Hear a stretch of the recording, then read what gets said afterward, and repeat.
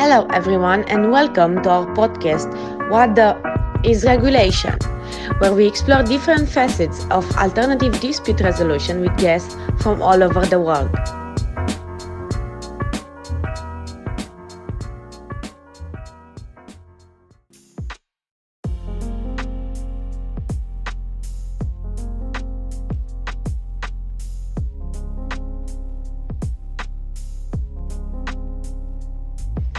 Hello everyone and welcome to our episode on ADR. My name is Andra Curutiu and I'm joined by Mr. Joseph Olaogun from the ADR Society of the University of Lagos, Nigeria. The topic of the podcast today will be the impact of ADR mechanisms in human rights related cases in Nigeria and Africa. Thank you, Joseph, for joining us and replying to our invitation to share your knowledge on the subject. Could you please start by sharing some information about the ADR Society of Lagos and the activities that you focus on? All right. Thank you, Andra, and everyone for having me. It's my pleasure to be here. So the ADR Society Lagos is a student-run body that focuses on activities that actively impart knowledge of ADR into students and the public at large. So to this end, we synthesize our students and also the public in attending seminars, programs, conferences, workshops, and for students, majorly competitions that can help them develop their ADR skills and expose them to the ADR work. Well, it's majorly student run, but we also have legal practitioners that are involved, although in a separate capacity. They help us with sponsorship. Sometimes they coach us for international competitions. They volunteer to teach us on complex ADR concepts, and they perform the role of judges in our internal competitions and so on. Thank you very much. That was really informative. One of the things that you mentioned is that you are involved in competitions. Could you please provide us more details about these competitions? Do you organize competitions for the students at your university and for students at other university in Nigeria, or do you also organize competitions for students worldwide? Okay, we organize competitions, but for now, it's just students in the university, amongst the members of the ADR Society. That our capacity right now is not that large to be able to cater for the schools nationwide or even the general University of Lagos. But then within the ADR Society, we organize competitions. However, we also participate in nationwide competitions like the LCN competition and international competitions like the FISMUT. Thank you very much. So if you want, we can go on to the main subject of the episode today, which is human rights. In light of this, it would be really interesting to provide our listeners with a brief overview of the human rights legal system in Nigeria and how is it organized. In the sense that are human rights disputes filled with Nigerian courts, respectively Lagos courts yearly, and is there any issue on the national level that is predominantly brought before courts in human rights alleged violation cases? All right. So first, I would like to discuss the structure of human rights in Nigeria. What I would like to point out is it's both organized and it's fragmented. But the fragmented part of it is just to help the country catch up with human rights trends. So first, for the organized part of it, human rights are contained in the Constitution, particularly Chapter 4 of the Constitution, and they are over 10 in number, the fundamental human rights. So to seek violation of your human rights in the Constitution, you approach the High Court of the state in which the violation occurred. But for the fragmented parts, there are some laws that have been enacted by the legislative arm that confer rights, special rights like child rights, women rights. And the way to go about redressing rights violation in those fragmented parts depends on the law. So for example, in the Child Rights Act, enforcing the right of a child is through family courts, not the High Court. And family courts can either be in the High Court division or lower court division. But then for the rights that are the most violated and for the right issues most brought before courts, Nigeria is a country that right now we lack specific data or the specific data is generally unavailable. So it's difficult for me to say with certainty which is to court. But then one thing we know about generally about human rights in Nigeria is that there are violations by both state actors and non-state actors. For example, police brutality. Although most of these violations do not get to court, the victims do not go to court to seek redress, but they happen. But then to get the statistic as to which particular one is most prevalent is kind of difficult. Unless I'll go the manual way to request the statistics, which will take longer time, and because of the pandemic, that will be impossible. So if I understood you correctly, there is not a very strong comprehensive system of human rights in Nigeria. And some cases, such as police brutality, they do not reach actually the courts. They are just solved within the institution itself. And something that you have also mentioned was the differentiation between children's rights. And what I would like to ask you is, in relationship to children's rights, if there is any set of laws on the Nigerian national level that protects children, or is the legislation on children's rights made at the federal level, if I could call it this way? Okay, so first things first, I would like to say the structure of human rights in Nigeria is actually structured based on how it is in the Constitution. But then there are also other, let's call them supplementary or complementary laws that help make the human rights system a whole.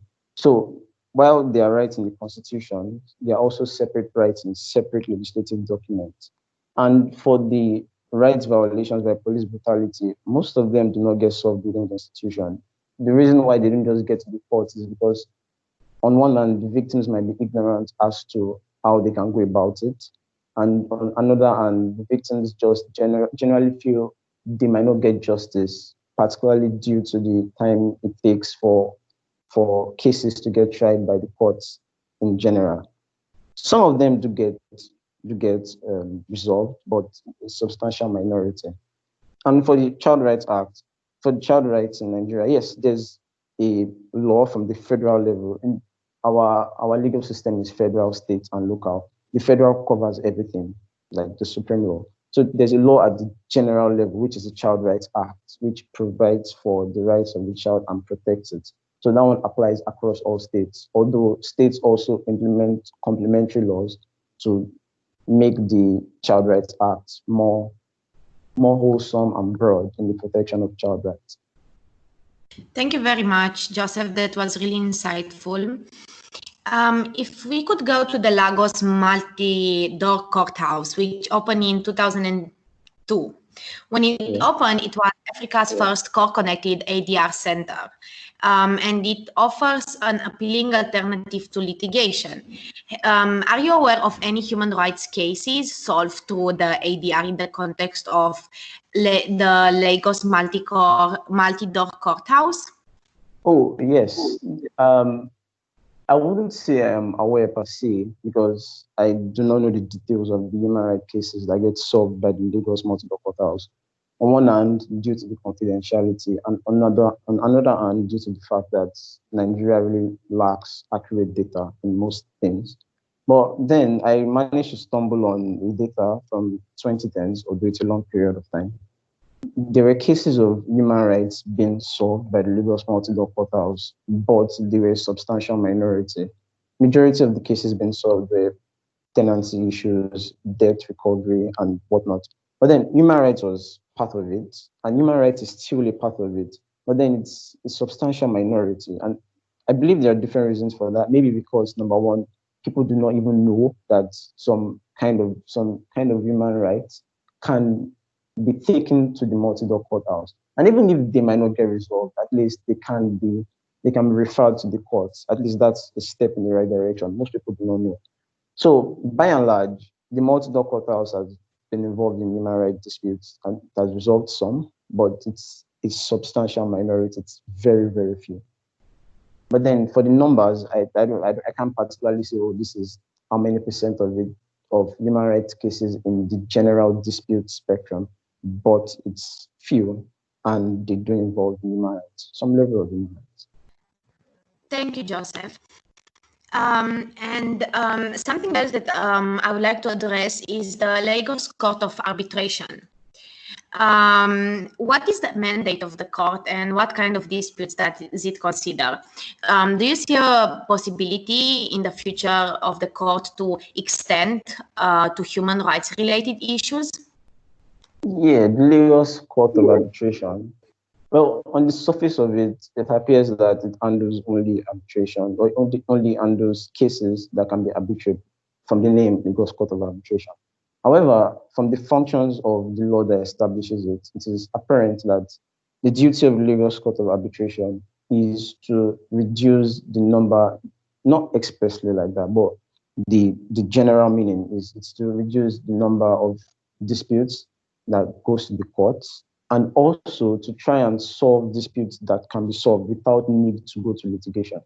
So the law establishing it says it can be done, whatever dispute that should be resolved by the LCA, let's call it the LCA, can be done through arbitration. However, they can use other human rights mechanisms apart from litigation. So in my view, that gives a broad ability for the LCA to be able, if they want, to go into human rights disputes. And in my view, it is very much possible. If they want to go that path, it's possible. They have the mandate to do so. They can start with human rights disputes in civil cases, because most of arbitration comes from civil cases, or commercial cases rather, commercial cases. So you can start from human rights in commercial cases and then extend. But the basic answer I would like to give is yes, they can extend to human rights issues if they would.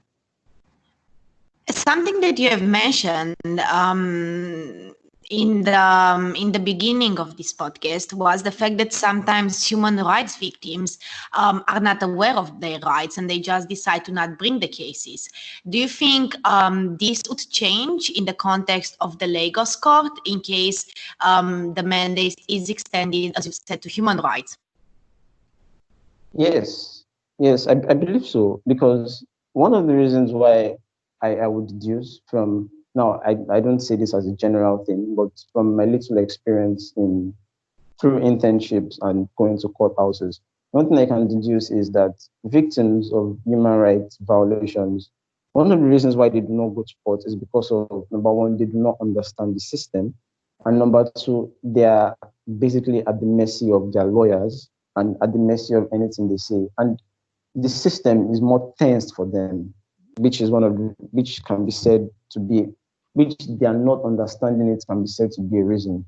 But then when you come to something like arbitration, even though it's more like a mini litigation in the sense of it, still there's party autonomy. There's some sense of freedom in the air. Even though the freedom might not be as expected as a normal setting, it's still better than in litigation. And then the parties can ask questions, at least from their lawyers, and understand what they are going into, and even drive the process. So I believe if arbitration is extended to human rights victims of human rights violations might be more open to the idea. And from there, if they see, oh, this is fine, they can decide to go to litigation. Because once they have an understanding of arbitration, they also have a better understanding of litigation. And if it was the ignorance that was stopping them before, they can now shed themselves of that ignorance and then go further. But then generally, I believe arbitration is a nice step forward in synthesizing human rights violation victims to be able to seek redress. So if I understood correctly, you would say that arbitration is and could create positive impact on human rights. However, the ADR methods in human rights have been extensively debated recently, and some scholars argue that ADR methods are not suited in the human rights context and the interests of both the public. And ultimately, human rights belongs to the public law sphere, and there should be some sort of transparency.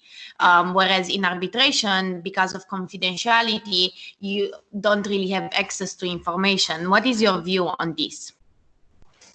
Well, arbitration is just one way I like to put it, but generally ADR can be used with respect to human rights. And one ADR mechanism that is fine is mediation.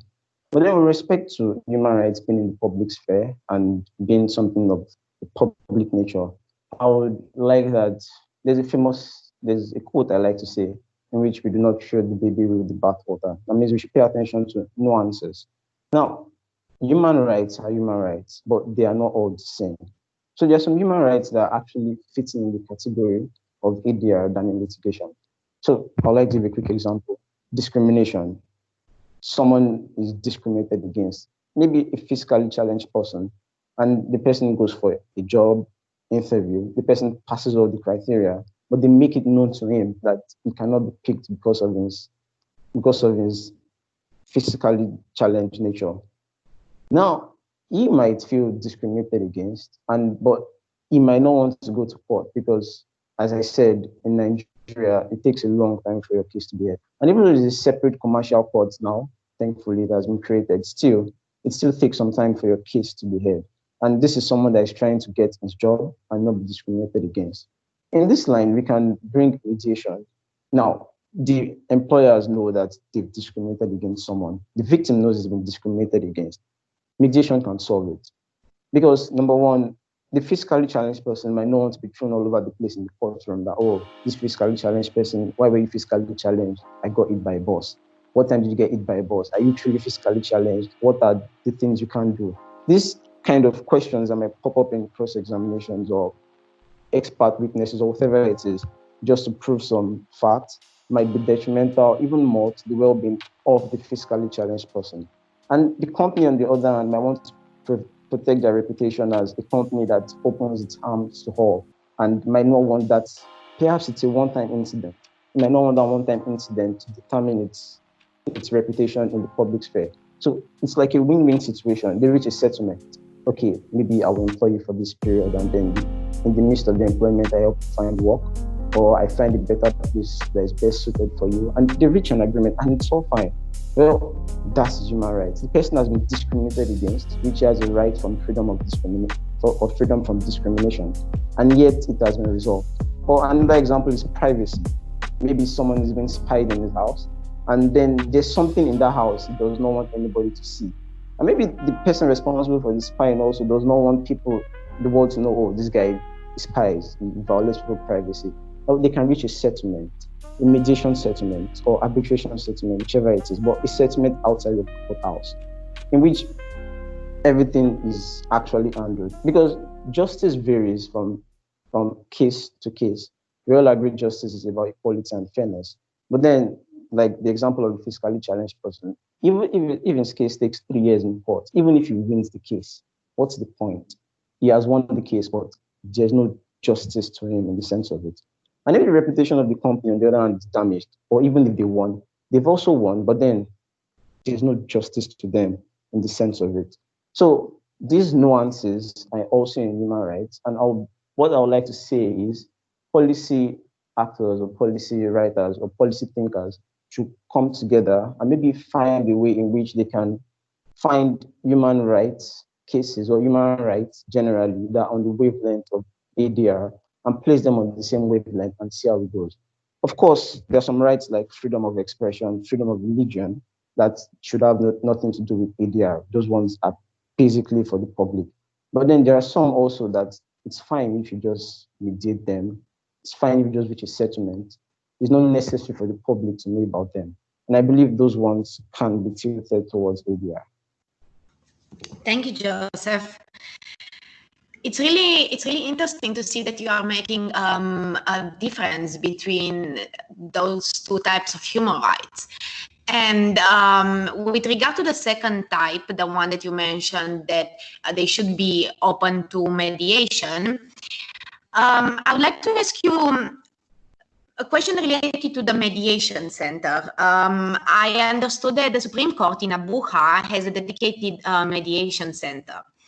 And in respect to human rights dispute, do you consider that this mediation center would be an appropriate forum for dispute resolution?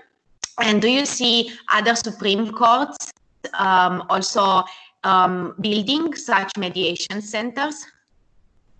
Well, whether the mediation center will be an appropriate forum for human rights, Yes, I believe there are some human rights that the Mediation Center can be an appropriate forum for. But then it's like, again, in Nigeria, for you to get to the Supreme Court, your case might have spent at least 5 to 6 years from the High Court to the Court of Appeal. If it's quick, 4 years. And that's even, we've known of cases that spent 10 years before they got to the Supreme Court. So at the point of getting to the Supreme Court, I don't think, it depends, but I'd like to believe that parties might no longer be involved in the mediation process, unless maybe there's a different reason to, because they fought it through from the High Court to the Court of Appeal, then to the Supreme Court. It's more of like, oh, let's end this thing once and for all. It's a do or die affair. And maybe when we are done with the Supreme Court, we can come back to mediate. But right now, let's fight. So there's already animosity from, since they've taken it from the High Court to the Court of Appeal. However, I feel like that mediation center can still be an appropriate forum, because in the end, there's some human rights cases that when you fought it through, it's almost looking pointless, exhausting, cost, it's taking a lot of cost. And then best thing is just, okay, let's just do settlement. Maybe someone was falsely imprisoned by the police, and then it's been tugging it out in the High Court, Court of Appeal. When you get to the Supreme Court, you can just, okay, let's just go to this mediation center. Let us reach an agreement. The police gives me an apology for locking me up unjustly. The police pays me for the time, let's say, as an entrepreneur and lost some amount because of me being in prison. Police will compensate me for those amounts, and the police will make sure that anytime I am caught, I don't get imprisoned unjustly, or whatever it is that they want to add in settlement. So generally, I feel like even though parties who have gotten to the Supreme Court level might not feel like they want to be friends and mediate, it's still possible. I mean, like I said, we can't throw away the baby with the bathwater. We cannot just decide that, oh, we cannot be absolute and generalize everything. It's possible that people will still be open to the idea of mediation. And to add lastly, some people might not actually even know much about mediation while they are still at the High Court, Court of Appeal stage. And maybe when they get to the Supreme Court, they're like, oh, there's this place of mediation, let's see. And they can get their dispute resolved. So it's still a fine step in the right direction, generally. And I believe human rights cases can also go there for the same reasons I've said earlier. Human rights cases that can fit into the ADR wavelength can be brought there. For example, discrimination, privacy, right to property. Maybe state government acquires the property without giving full compensation. They can mediate it and decide, oh, this is the amount of compensation we want. That's better. It's even better than the court deciding the compensation for either parties, of which they might not be fine with it. But then if they go to mediation, like, oh, okay, this is the price of my property, this is what it's worth, this is what I'm willing to pay. They reach a settlement and everybody's fine. Although the right to own property was violated, now it has been mediated and everybody's fine with justice. So I believe mediation in any stage is wonderful, even at the Supreme Court. That is why I totally agree with you. But sometimes in mediation, when there is a human rights victim, a victim of a human rights violation, and that victim is mediating with a company, for example, the company may sometimes be really powerful and be willing to mediate the dispute. In those cases, what would a human rights victim normally do? Okay, well, in my view, first things first, I would like to assume that at least the human rights victim has a lawyer that is helping him through the case, even though in mediation, it's parties who are the most doing the whole process.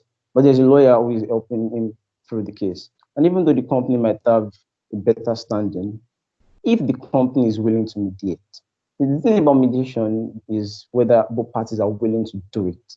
If both parties are willing to do it or can be made to want to do it, it's going to go out fine. But if either party is trying to frustrate the process or to play power games, the mediation is going to be a sham. So in such cases where it is evident that the company, for example, does not want to be fair in its dealing in the mediation process, then of course, I'll agree that litigation is the best way to go. In that case, the human rights victim needs to have a balance. There should be a balance in both power play, and only the law can give that balance. But then if both parties, the victim and the example, the company, if both of them are willing to drop their power play, they're willing to drop whatever it is they're hanging on, and sit and make a proper mediation and talk like they are ready to settle this thing, it's going to be fine. But then, staying by your example, if there's a play of power games or some extensive leverage, then litigation is the best way. Thank you, Joseph. And now if we could move on for the last two questions from Nigeria to the African system of human rights. Nigeria has ratified the African Charter on Human and People's Rights. And in the African system of human rights, only NGOs and legal persons can bring cases before the court. Let me rephrase that.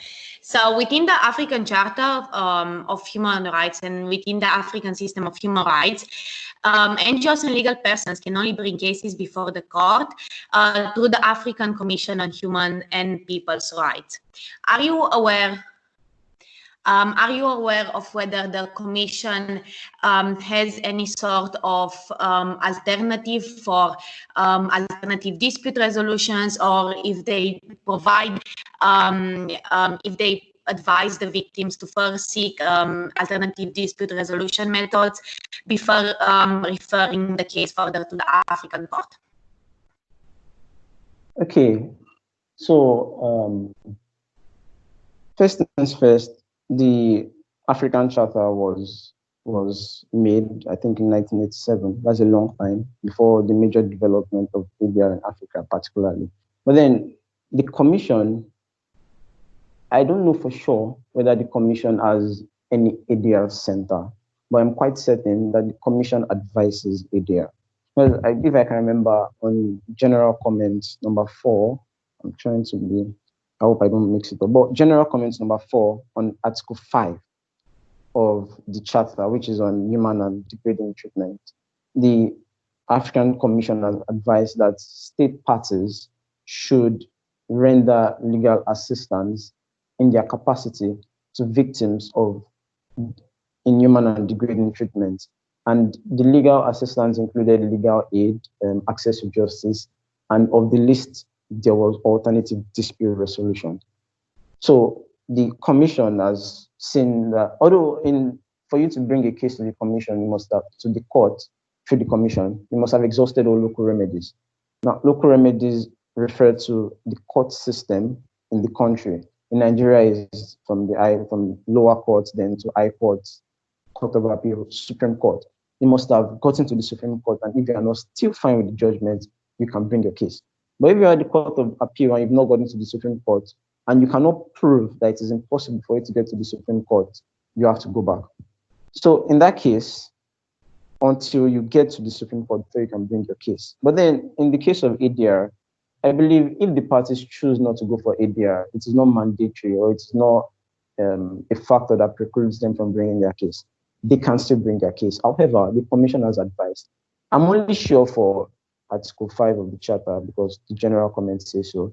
But then I'm sure there are also other rights, other articles that the Commission has advised that ADR should be explored in trying to see whether the victims can receive justice and get redress for violations. So yes, the Commission advises ADR. You mentioned that before bringing a case to the Commission, a party must have exhausted all local remedies. Now, would you say that in the future, if there are specific courts of arbitration that deal with human rights disputes, would these cases be considered as national remedies, or only courts would fall within or only normal courts would fall within the sphere of local remedies? Well, now, the way the legal system is structured, I believe if there are specific courts of arbitration or mediation, or if there are specific mediation centers, they would not be deemed as part of the local remedies.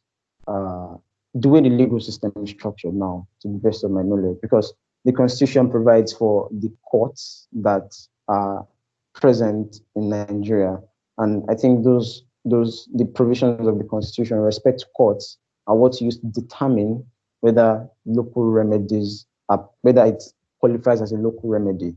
In short, I think it must have the extensive backing and operation of the state for it to qualify as a local remedy. Just like the National Industrial Court, it was not part of the Constitution as at 2008 until there was an amendment to put it in. So now the National Industrial Court is a part of the local remedy. But then for ADR court or arbitration courts generally, they are not part of the local remedy.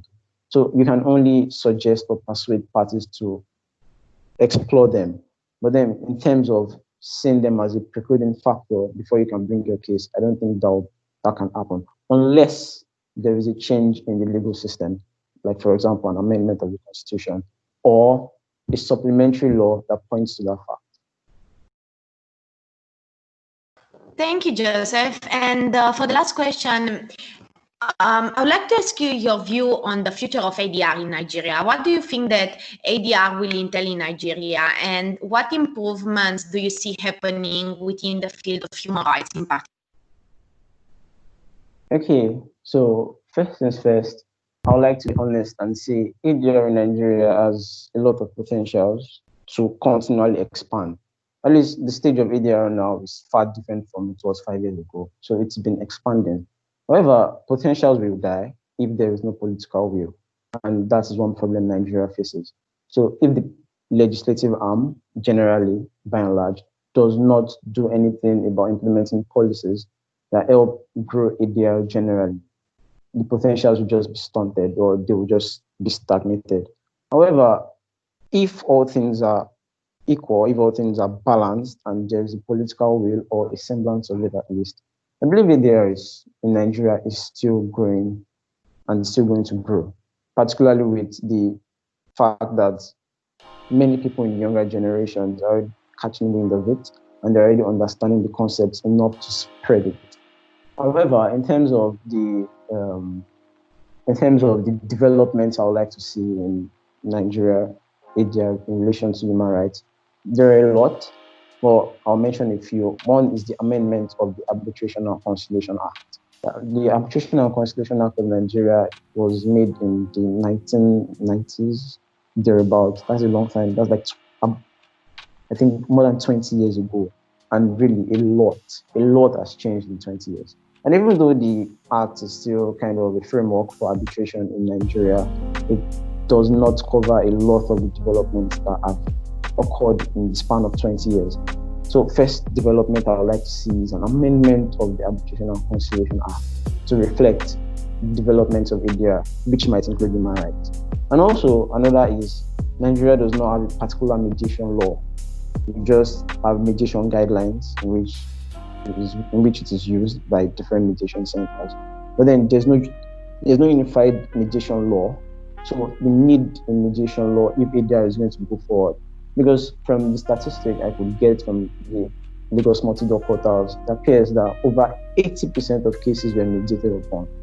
Over 80%. That is a substantial whooping majority. And if there is no law on mediation, that's basically like saying there is no guideline for ADR in Nigeria as it stands. Arbitration cases were also arbitrated, but that accounts for like 10% or less than 10% of the cases that were resolved. So mediation is really an important part of ADR, really important, and we need laws that gives people who are going into it proper and unified guidance. And one more thing is, if it's possible, ADR should be in the curriculum of law students. Maybe for a start, it can be in the curriculum of, it should be, of course, in the curriculum of other fields like engineering, because they will need it. Engineering, maybe medicine, I can't say for now, but engineering for sure. We need ADR in some aspects, maybe for construction disputes. So ADR should be in the curriculum of, first and foremost, law students. It's not in our curriculum now. So the ADR Society is just trying to gather materials we can gather and call professionals to help us in learning the concepts. So we need a curriculum that at least teaches us the basics, and maybe the society can go about doing the complex ones, but the curriculum is also important. And basically, that's the top three for me for now that I can think of the top of my head. There are a lot of other improvements that should be done, but that will be all for me for now. Thank you very much, Joseph. Thank you once again for having joined the episode today and for having replied to our invitation. I hope that you have enjoyed it, and we are looking forward to having you soon. Thank you very much. It's really my pleasure. I really enjoyed it. Thank you for the opportunity to do this, and I also look forward to doing it soon.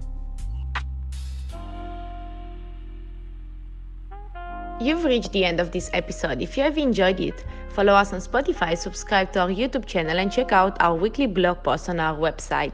Thank you for listening.